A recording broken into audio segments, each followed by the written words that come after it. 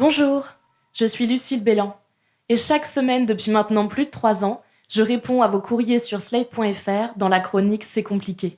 Ce courrier du cœur moderne, comme nous avons choisi de le définir, j'y ai mis beaucoup de moi et vous l'avez enrichi de vos témoignages, de vos expériences, de vos sentiments et de vos doutes.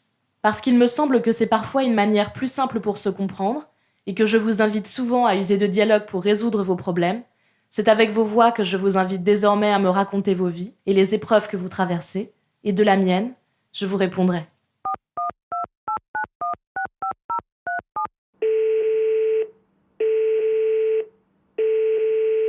Bonjour Lucille, je m'appelle Jean et je viens vers vous parce que j'ai un problème pour aborder les filles qui me plaisent. C'est vraiment difficile pour moi, je n'arrive pas à comprendre pourquoi je suis comme ça. Peut-être pouvez-vous m'aider? Merci d'avance.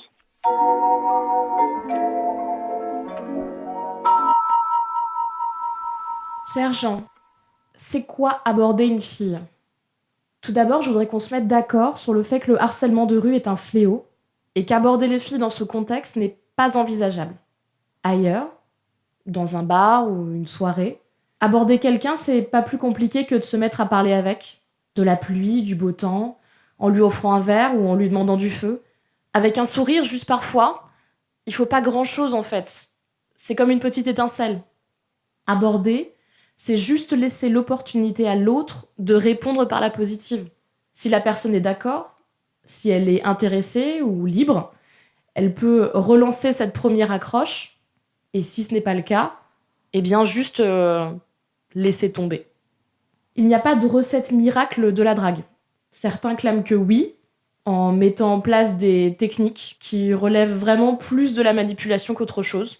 Je ne vous conseille pas de tomber dans ces travers du tout. La vérité, c'est que les femmes aussi peuvent aborder quelqu'un.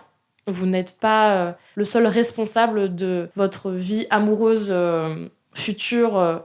Vous n'êtes pas un homme chasseur qui cherche votre future compagne. C'est peut-être aussi votre future compagne qui va vous trouver. Et puis, je ne crois pas à la phrase d'accroche magique qui marchera à tous les coups. Si quelqu'un vous plaît, il y a juste à peu près 1000 manières de lui signifier ça. Si à l'oral ça ne marche pas, si vous n'avez vraiment pas le courage, si c'est trop compliqué pour vous, l'écrit c'est toujours un bon moyen qui permet aussi d'avoir plus de temps pour réfléchir à vos tournants de phrases. Aussi, une forme de minimalisme, comme un numéro de téléphone sur un bout de nappe en papier ou sur un bout de serviette qui traîne dans le bar, marche aussi en fait. Il y a vraiment une infinité de façons d'aborder quelqu'un. Je pense que votre problème, c'est un défaut d'imagination et surtout un défaut de confiance en les personnes que vous voulez aborder. Si ça ne marche pas, c'est peut-être juste parce que les gens que vous avez essayé d'aborder n'ont juste pas répondu par la positive. Et dans ce cas-là, c'est aussi à vous d'essayer de trouver des gens qui auraient envie de partager avec vous soit un temps agréable et une conversation chouette, soit un peu plus. Mais c'est peut-être aussi tout simplement le problème. Bon courage. Je préférais vivre avec un garçon qu'avec mes parents, alors dès que ça s'est présenté, j'ai sauté dessus. Enfin, sur l'occasion.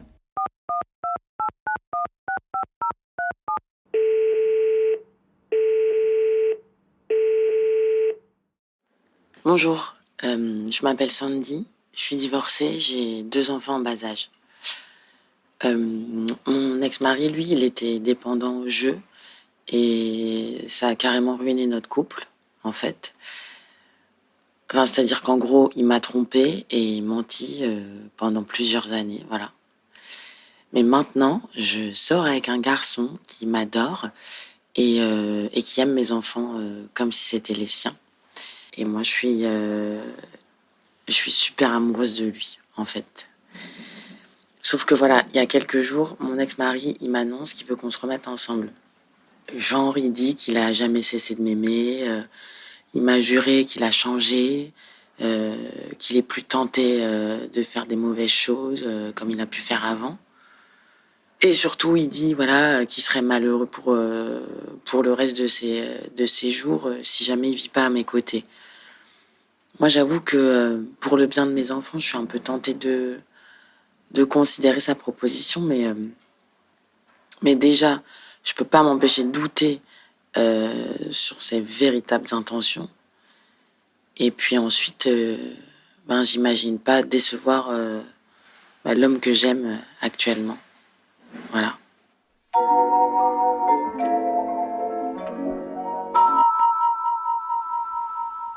Chère Sandy, je suis convaincue que la bonne solution, la meilleure configuration de famille pour les enfants, c'est de voir leurs parents heureux et épanouis. Ça ne signifie pas du tout que les enfants attendent toujours que leurs parents soient ensemble, et encore moins à tout prix. Vous êtes heureuse aujourd'hui avec un homme qui s'occupe bien de vous et de vos enfants, alors vraiment rien ne vous oblige à vous remettre avec un homme que vous n'aimez pas pour satisfaire je ne sais pas quelle norme sociale que vous croyez être juste. Vous avez tourné la page, Sandy, après votre histoire douloureuse et cette trahison. Vous avez bien fait. Vous avez eu la chance de faire une belle rencontre. Alors profitez-en au maximum parce que ces histoires-là sont rares. Vraiment, c'est mon conseil. Concentrez-vous sur ce que vous dit votre cœur et pas ce que vous pensez que la société attend de vous. Si vous êtes heureuse et amoureuse, et si vos enfants sont heureux actuellement, pourquoi casser tout ça pour un futur incertain? Ça me paraîtrait être une mauvaise idée. Parce que c'est toujours comme ça avec moi, ça commence mal et ça finit encore plus mal. Je tombe jamais sur le bon numéro. Vous savez les papiers collants qu'attirent les mouches en spirale? Mais c'est moi craché.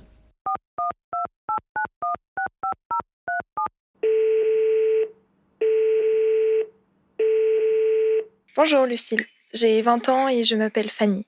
Il y a 1 mois maintenant, je me suis séparée de mon tout premier amour. 3 ans. 3 longues années de bonheur, de vie et de rire, stoppées par l'absence de communication et nos études très prenantes qui malheureusement ont fini par éloigner nos cœurs. J'ai très rapidement ressenti une sorte de soulagement. Cet accord commun qu'on avait eu autour de cette séparation me rassurait. Cela semblait être la chose à faire pour nous deux. Seulement voilà, je suis effrayée. N'ayant pas ressenti le tumulte post-rupture, j'ai très peur d'être dans le déni de cette séparation et de tomber bien bas dans quelques semaines. J'ai du mal à me voir accepter cette décision sans grande agitation dans ma vie. Je ne ressens ni tristesse ni colère, j'ai accepté. Tout est flou et je n'arrive pas à me faire confiance, à accepter que moi, grande sensible, je ne sois pas autant ébranlée que prévu. Alors j'espère que tu pourras m'aider. Merci.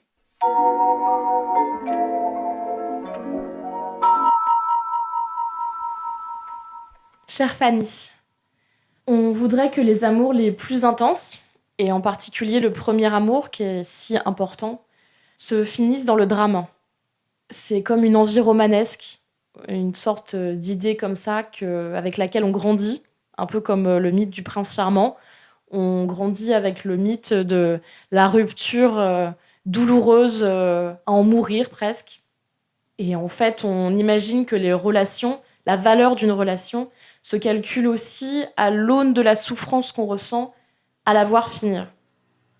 Je pense qu'avec l'expérience, je peux dire que c'est totalement faux, que parfois les amours s'essoufflent d'elles-mêmes, que parfois leur fin est une libération. Et c'est probablement un peu ce que vous avez expérimenté. C'est-à-dire que ce premier amour qui a duré 3 ans, il a eu le temps de grandir, d'être fort, d'avoir une acmé, et puis de retomber doucement jusqu'à cette fin qui vous paraît aujourd'hui décevante, mais qui est une suite logique, en fait. On parle souvent de premier amour extrêmement douloureux, qui a une sorte de traumatisme qu'on garde pour toute la vie, parce que souvent, ça s'arrête de façon très prématurée, parce qu'on est jeune, parce qu'il y a plein de concours de circonstances qui font que le premier amour, c'est rarement celui qui dure longtemps. Rarement, ça dure 3 ans. Vous avez eu la chance de vivre cette histoire, et vous l'avez vu finir, en fait, de sa belle mort. C'est probablement un peu dur à accepter, parce que vous auriez peut-être eu envie ou besoin d'avoir ces espèces, ces larmes, ces cris, ces disputes violentes pour vous dire que c'était bel et bien fini. Mais la vérité, c'est que votre décision de rupture a été prise parce que c'était déjà fini et que du coup, crier pourquoi faire si tout le monde est d'accord sur le fait que c'est déjà fini. Ça veut pas dire que vous avez pas de deuil à faire. Ça veut peut-être dire que vous aviez juste commencé votre deuil bien avant ce que vous pensez. Je comprends que ce soit compliqué à appréhender, mais en fait, c'est plutôt bon signe. Ça veut peut-être dire que vous allez être prête beaucoup plus tôt à être amoureuse à nouveau. C'est en tout cas ce que je vous souhaite. Et même si c'est actuellement un peu confus pour vous, et c'est normal, je vous promets qu'après le premier amour, il y en a d'autres qui seront peut-être cette fois passionnés, peut-être avec des ruptures difficiles, peut-être pas, mais il existe une infinité d'amour et de ruptures que vous aurez bien l'occasion d'expérimenter, je n'en doute pas du tout. Peut-être que j'ai jamais mérité mieux. Ça doit être écrit quelque part, je sais pas où. Il y en a qui sont faits pour vivre en rigolant. Moi, j'ai jamais passé un seul jour de ma vie sans me faire avoir. C'était C'est compliqué le podcast. Comme Sandy, Fanny et Jean, n'hésitez pas à me laisser un message vocal. Pour vous inspirer, vous faire grandir, vous faire rire ou pleurer, j'essaierai chaque quinzaine de vous conseiller un film, livre ou un morceau de musique. Cette semaine, je vous conseille le livre « Gros n'est pas un gros mot » de Daria Marx et Eva Pérez-Bello du collectif Gras Politique. Pour 5 €, aux éditions Librio, vous pourrez comprendre un peu plus ce qu'est la vie des personnes grosses en France aujourd'hui et comment lutter contre la grossophobie au quotidien. Pour participer à ce podcast et partager vos témoignages, vous pouvez vous enregistrer sur votre téléphone et nous envoyer ce message par mail à c'estcompliqué.slate@gmail.com ou nous envoyer un message vocal par WhatsApp au 07 61 76 74 01. N'oubliez pas de me laisser un prénom ou un pseudo, votre âge et éventuellement votre ville. Enfin, l'adresse mail c'estcompliqué.slate@gmail.com et la chronique hebdomadaire reste toujours d'actualité. Si ce podcast vous a plu, n'hésitez pas à nous laisser 5 étoiles sur iTunes ou à laisser un commentaire. Tous les autres épisodes de C'est compliqué sont à retrouver sur slate.fr. Merci à toutes et à tous, et à très bientôt.